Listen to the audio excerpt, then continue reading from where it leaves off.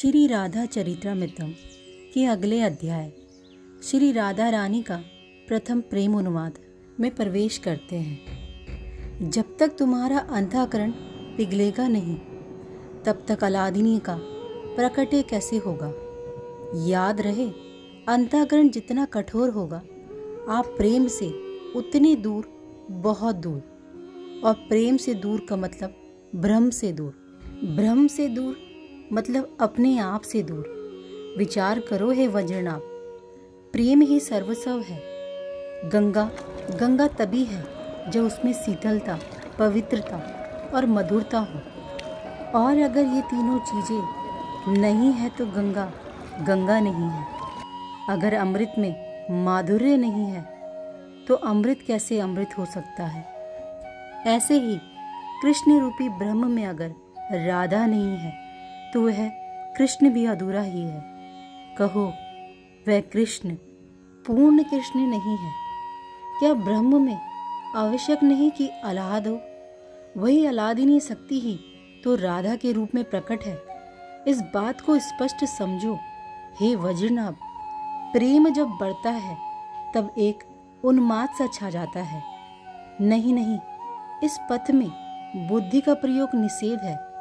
बुद्धि को छोड़ दो पहले, फिर मेरी बात को समझोगे। महर्षि सांडिल्य आज प्रेम की और गहराई में उतार रहे थे।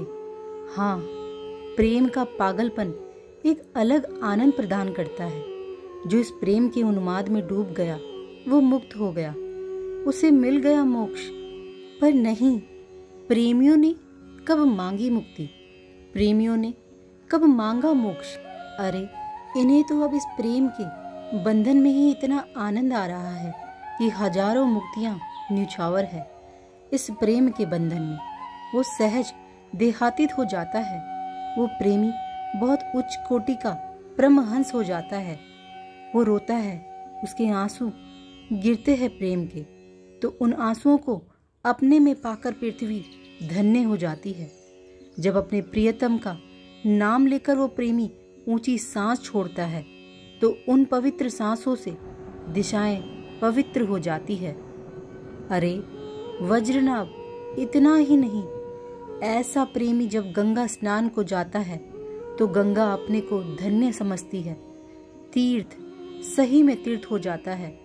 वह गिरता है, वो उठता है, पर लड़खड़ाते हुए फिर अपने प्रियतम को पुकारने लगता है।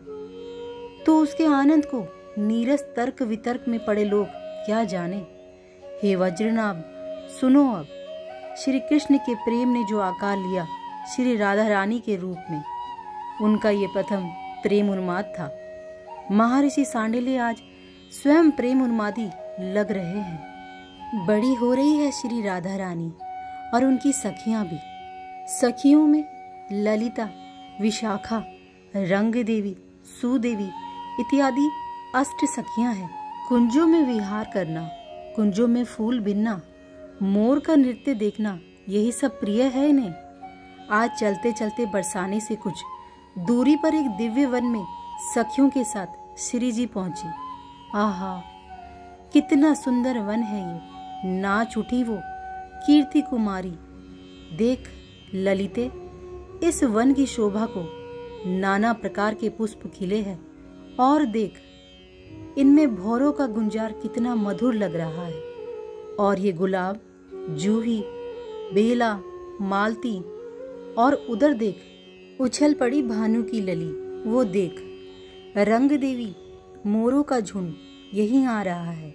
और उधर देख सुदेवी, वो रहे सुख, कितने सुंदर लग रहे हैं। और उधर वो मैना, आहा, बताना इस वन का क्या नाम है।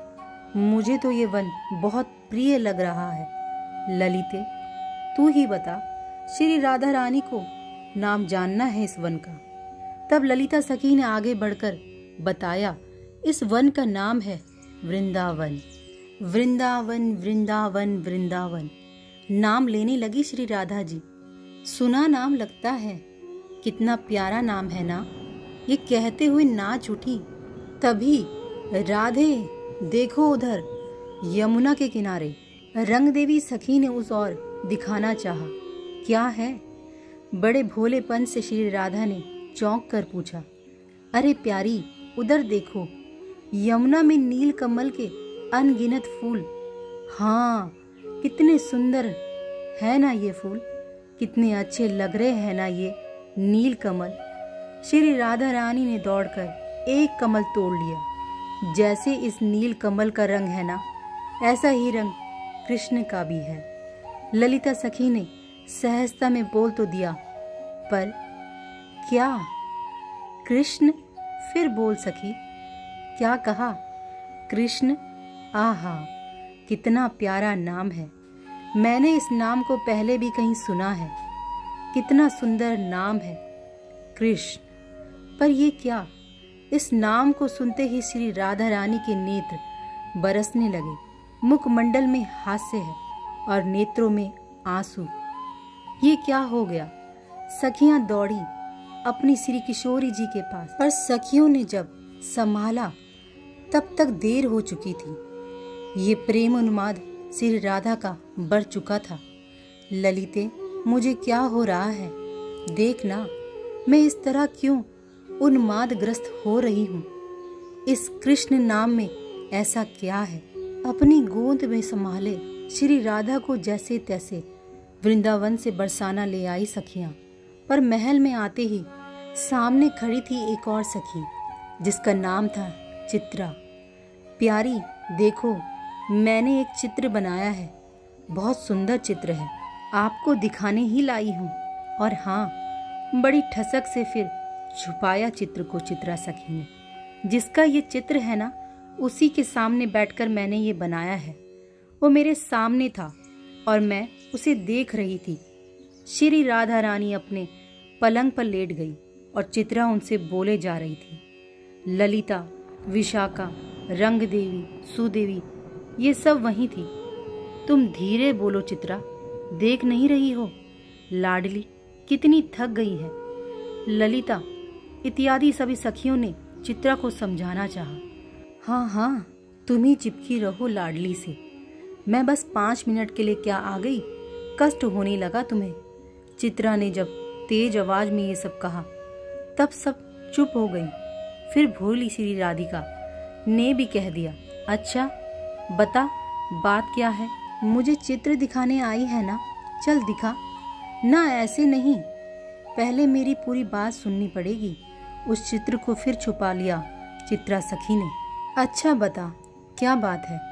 बैठ गई उठकर श्री राधा रानी। मेरी बहुत इच्छा थी कि मैं उनके दर्शन करूं, उस नीलमणि के। चित्रा सखी बताने लगी, वो चोर है, वो माखन चुराता है, पर वो तो हृदय भी चुरा लेता है।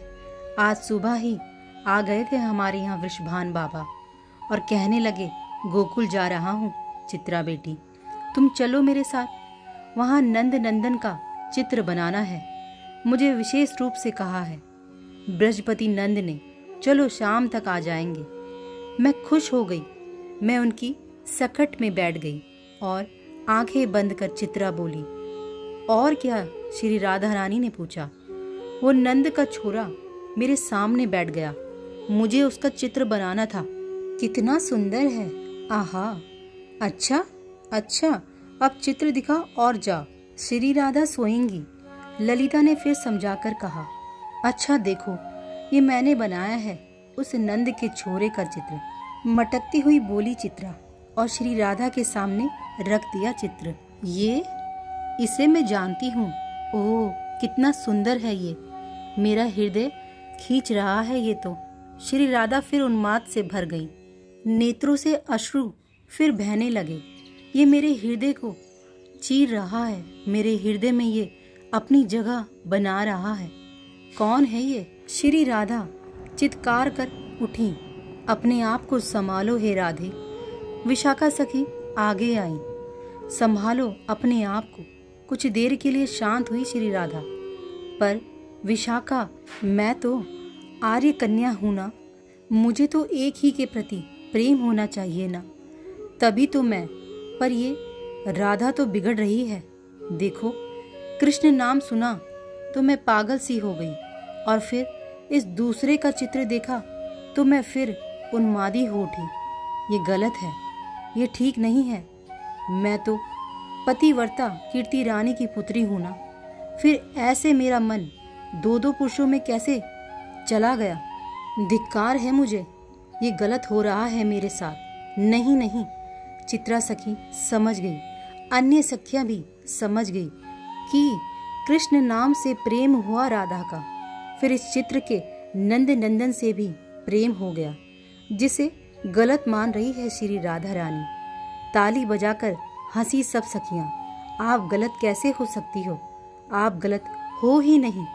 अरे मेरी भोरी राधे, जिनका चित्र आपने देखा है यही तो कृष्ण है, इन्हीं का नाम कृष्ण है।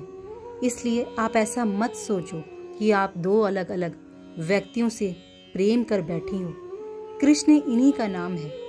इतना सुनते ही चित्रा के हाथों से उस चित्र को लेकर श्री राधा ने अपने हृदय से लगा लिया और आनंदित हो उठी। हे वज्रनाभ, प्रेम की गति टेढ़ी है, इसे तुम सीधी चाल नहीं चला सकते। यही प्रेम है। ओ, अभी मिलन नहीं हुआ है, अभी श्री राधा रानी ने देखा नहीं कृष्ण को, पर नाम सुनते ही, चित्र में देखते ही प्रेम उछलने लगा। आह्लाद यानी आनंद की हद। सुनो सुनो वज्रनाभ, एक बात और सुनो। महर्षि सांडिल्य बोले, प्रेमी रोते हैं, पछाड़ खाते हैं, चीखते हैं, चिल्लाते हैं, तो ऐसा मत सोचना कि ये बेचारे हैं, इन्हें कष्ट हो रहा है।